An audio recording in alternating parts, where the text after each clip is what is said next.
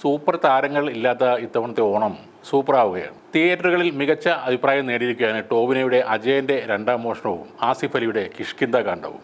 മോഹൻലാലിൻ്റെ വോയിസ് ഓവറിലൂടെ തുടങ്ങുന്ന അജയൻ്റെ രണ്ടാം മോഷണം അഥവാ AMR എന്ന സിനിമ അവസാനം വരെ ആരെയും പിടിച്ചിരുത്തുന്നതാണ്. ബേസിലിൻ്റെ സംവിധാന സഹായിയായിരുന്ന ജിതിൻ ലാൽ ആദ്യമായി സംവിധാനം ചെയ്യുന്ന ചിത്രം മലയാളത്തിലെ ഒരു ബിഗ് ബജറ്റ് സിനിമ തന്നെയാണ്. ഹരിപുരം എന്ന ഗ്രാമത്തിലെ 3 കാലഘട്ടങ്ങളിലൂടെയാണ് സിനിമ മുന്നോട്ട് പോകുന്നത്.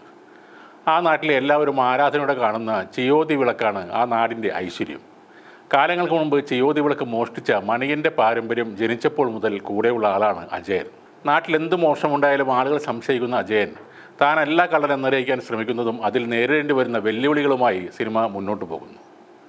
അജയൻ, കുഞ്ഞിക്കേളു, മണിയൻ എന്നിങ്ങനെ 3 കഥാപാത്രങ്ങളായാണ് ടോവിനോ ഈ സിനിമയിലെത്തുന്നത്. കഴിഞ്ഞുപോയ നൂറ്റാണ്ടുകളിലെ ജാതീയതയെക്കുറിച്ച് വ്യക്തമായി സിനിമയിൽ പറയുന്നുണ്ട്. മേൽജാതിക്കാർക്കെതിരെയുള്ള മണിയൻ്റെ പോരാട്ടം കൂടിയാണ് അജയൻ്റെ മോഷണ പരമ്പര. അവിടെ പ്രേക്ഷകരും കൈയടിക്കുന്നുണ്ട്.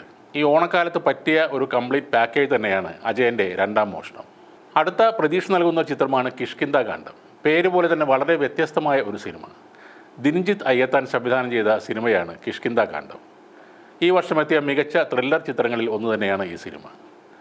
ഒരു റിസർവ്ഡ് ഫോറസ്റ്റിനർ താമസിക്കുന്ന റിട്ടയേർഡ് സൈനിക ഉദ്യോഗസ്ഥനായ അപ്പുപിള്ളയുടെയും വനം വകുപ്പ് ജീവനക്കാരനായ അയാളുടെ മകൻ അജയ് ചന്ദ്രൻ്റെയും കഥയാണ് ഈ സിനിമ പറയുന്നത്. അജയേന്ദ്രൻ്റെ വീട്ടിലേക്ക് കല്യാണം കഴിഞ്ഞെത്തിയ അപർണയെ കാത്തിരുന്നത് നിഗൂഢതകൾ നിറഞ്ഞ കുറേ കാര്യങ്ങളാണ്. അജയ് ചന്ദ്രൻ്റെ അച്ഛനായ അപ്പുപിള്ളയിൽ എന്തൊക്കെയോ നിഗൂഢതകൾ കണ്ടെത്തുന്ന അപർണ പിന്നീട് അതിന് പിന്നാലെ പോവുകയാണ്. അപർണയുടെ ഓരോ കണ്ടെത്തലുകളും അവസാനം ചെന്നെത്തുന്നത് അജയ് ചന്ദ്രൻ മൂടിവെക്കുന്ന ആ ഒരു ഭൂതകാലത്തിലേക്കാണ്. റിട്ടയേർഡ് സൈനിക ഉദ്യോഗസ്ഥനായ മറവിയുള്ള അപ്പുപിള്ള തൻ്റെ ഓർമ്മകൾ കണ്ടെത്താൻ നടത്തുന്ന ഒരു യാത്ര കൂടിയാണ് ഈ സിനിമ.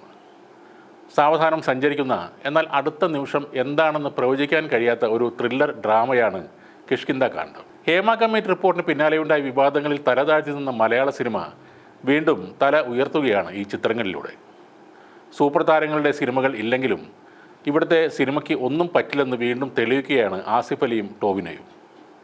തിയേറ്റർ പൂരപ്പുറമായില്ലെങ്കിലും 100 കോടി ക്ലബിൽ കയറിയില്ലെങ്കിലും 2 നല്ല സിനിമകൾ ഈ ഓണക്കാലത്ത് മലയാളികൾക്ക് ലഭിച്ചിരിക്കുന്നു. പ്രത്യേകം പറയേണ്ടത് ആസിഫ് അലിയെക്കുറിച്ചാണ്. നായകനാകാൻ കൊള്ളില്ലെന്ന് പലരും വിധിയെഴുതിയ ആസിഫ് അലി വലിയ തിരിച്ചുവരവാണ് പിന്നീട് നടത്തിയത്. കൂമൻ, കുറ്റവും ശിക്ഷയും, തലവൻ, അഡിയോസ് അമിഗോ, ഇപ്പോൾ ഇതാ കിഷ്കിന്ദ കാണ്ഡം. നടൻ എന്ന നിലയിൽ ആസിഫ് അലിക്ക് അഭിമാനിക്കാവുന്ന ചിത്രങ്ങളാണിതെല്ലാം.